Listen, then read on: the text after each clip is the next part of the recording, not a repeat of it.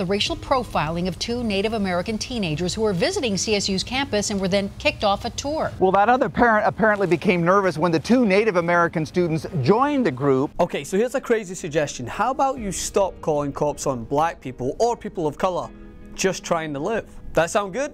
Alright, let's do that. Because over the past month or so, I have been monitoring a collection of stories where a person, most of the time a white person, has instinctively called the police either because they are nervous, feel threatened, or simply because they want to use the police as an intimidation tool. From the infamous Starbucks example, infamous footage, and the issue of unconscious racial bias, to the two black women playing golf too slowly, I felt like I was not wanted there, to the restaurant manager who wanted to satisfy the white regular customer,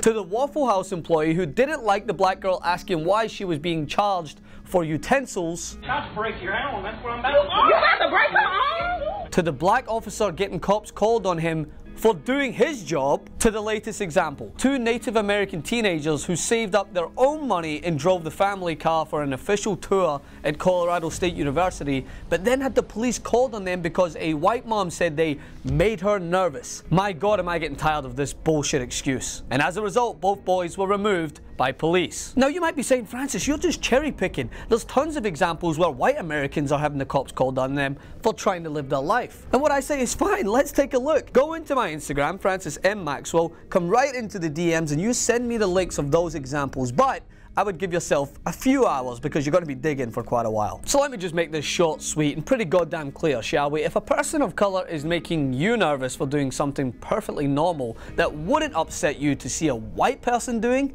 then that's your problem. Then you need to ask yourself why. And I'm not talking about people who are clearly engaging in suspicious behavior, which I'm sure the trolls are already typing about, but that's not in any of these instances. So if your response is, what, are we just never supposed to call the cops? My answer is yes, you call the cops, but when it's merited. But in each example here, countless witnesses at the same places have testified that they weren't nervous and that the people of color in question weren't doing anything suspicious. Sitting on their phones, like chatting, just like everyone else. But for some reason, in each example, one person took issue and called the police. Tell me, why is calling the police the next appropriate step when two golfers are playing too slowly? Why is calling the police the next appropriate step when two students are touring a campus? Why is calling the police the next appropriate step when restaurant patrons just ask you, why are you moving me after seating me already? None of these issues warrant the involvement of law enforcement. And yes, get this, we care about law enforcement in these examples as well. If anything, calling them for these instances takes their attention away from a situation that they could be helping.